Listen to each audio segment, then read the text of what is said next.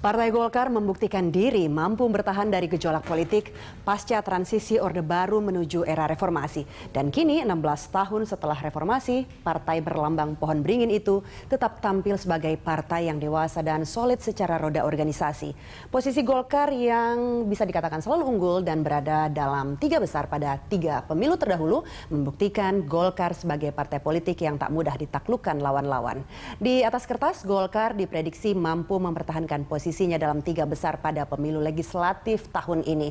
Namun pertaruhan Golkar sesungguhnya akan terjadi pada pemilihan presiden mendatang. Bagaimana Golkar dan capres tunggalnya Abu Rizal Bakri mampu merebut suara rakyat? Untuk membahasnya kita akan berbincang dengan Ketua Dewan Pertimbangan Partai Golkar Akbar Tanjung dan pengamat politik dari LIPI Ikrar Nusa Bakti.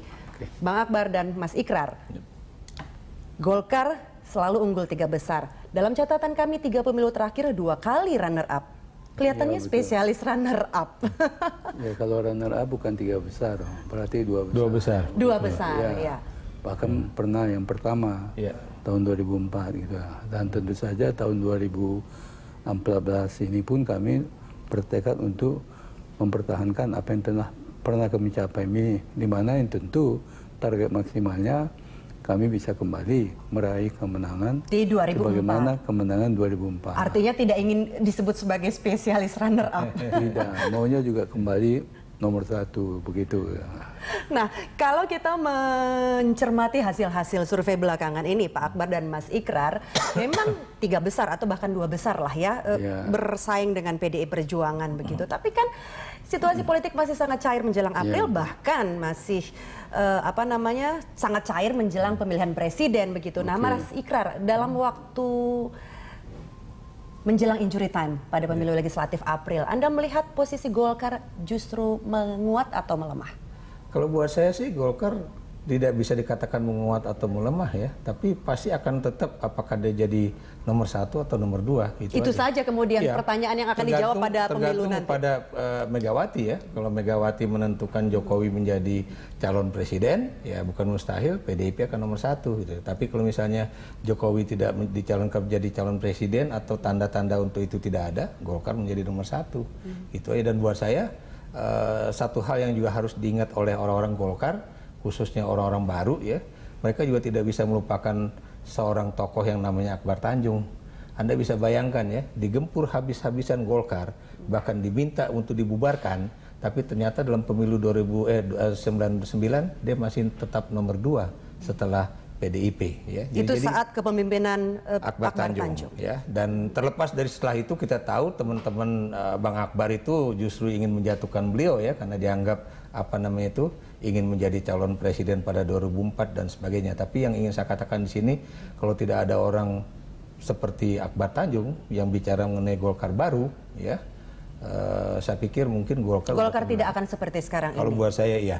Artinya, apakah kemudian seperti katakan Mas Ikrar tadi, ada teman-teman politisi sesama kader Golkar ingin menjatuhkan, masih terjadi nggak sih Bang Akbar sekarang ini? Kalau dalam politik itu memang agaknya sulit untuk kita hindari, bahwa selalu ada kompetisi, persaingan, bahkan juga bukan tidak mungkin ada semacam fraksi-faksi gitu ya, bahkan juga akhirnya bisa menjadi konflik. Nah, dalam politik itu salah satu hal yang penting adalah bagaimana kita mengelola konflik, perbedaan-perbedaan itu justru bisa memberikan suatu katakanlah yang dalam arti yang kita inginkan menjadi sinergi bagi kepentingan perjuangan partai. Sehingga tetap solid bisa memperlihatkan adanya satu output hasil yang memperlihatkan bahwa partai itu memang berfungsi secara efektif dalam mendapatkan dukungan suara gitu ya. Itu yang kita lakukan begitu loh. Dengan demikian ya tentu kita harus menciptakan iklim yang juga favorable, iklim yang kondusif bagi dapatnya suatu dukungan suara yang cukup signifikan untuk meraih kedudukan yang signifikan juga. Nah, Bang Akbar tadi paling tidak 2 tadi ya. Syukur-syukur ya? Kita 1. itu target terjelek ya. Betul. Ya, Bang Akbar tadi mengatakan asal pintar mengelola konflik. Nah, kalau selama ini, apakah sebagai Ketua Dewan Pertimbangan Partai Golkar, Anda melihat bahwa kader-kader Golkar itu mampu mengelola konflik? Ya harus, karena apa? Karena Itu memang sudah tidak bisa proven, sudah dihindari. terbukti mereka mampu mengelola Ya konflik. bisa terbukti Nah, ya. konflik betul. apa saja sih yang dikelola? Ya soal-soal yang berkaitan dengan berbagai macam isu ya. Dan tentu yang paling banyak tentu isu yang berkaitan dengan pencalonan anggota-anggota dewan, dan tentu puncaknya adalah Pencalonan presiden gitu oleh ya. Ketua Dan Umum. sebetulnya Golkar sudah mulai suatu tradisi yang baik dengan memperkenalkan sistem rekrutmen seleksi yang kita sekarang ini mulai kita dengar kembali, yaitu konvensi pada tahun 2004 yang lalu yang dilakukan secara terbuka, secara demokratis. Yang menang adalah Pak secara Wiranto, fair, tapi dan kemudian yang menang dipinang oleh SBY adalah Pak yang JK. menang adalah Pak Wiranto ya sebagai calon presiden. Saya sebagai ketua umum partai waktu itu, karena saya memang ingin supaya semuanya berjalan secara terbuka dengan fair, supaya yang menang itu adalah yang Pemenang terbaik, konvensi. yang pemenang konvensi, tidak harus ketua umum. Dan waktu itu memang Pak Wiranto yang menang, walaupun pada level yang terakhir yang maju kami berdua, saya dengan Pak Wiranto, tapi pada pemilihan yang final beliau yang terpilih. Ya tidak apa-apa, karena saya berpendapat dalam politik kita juga penting sekali membangun sistem. Salah satu sistem yang penting adalah sistem di dalam rekrutmen tokoh-tokoh yang dipersiapkan oleh partai, supaya itulah nanti akan kita posisikan menduduki jabatan politik.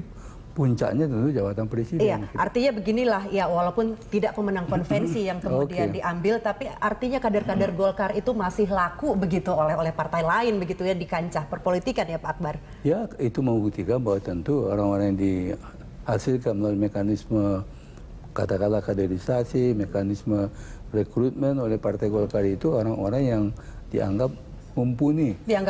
Sehingga dengan partai Nah, lain itu pun kalau melihat kita berbicara pemilu 2004. Nah, kemudian di segmen selanjutnya kita akan berbicara bagaimana pemilu 2014 ini. Pak Akbar dan Mas Ikrar, kita akan berbincang sesaat lagi. Pemirsa, tetaplah bersama kami di Prime Time.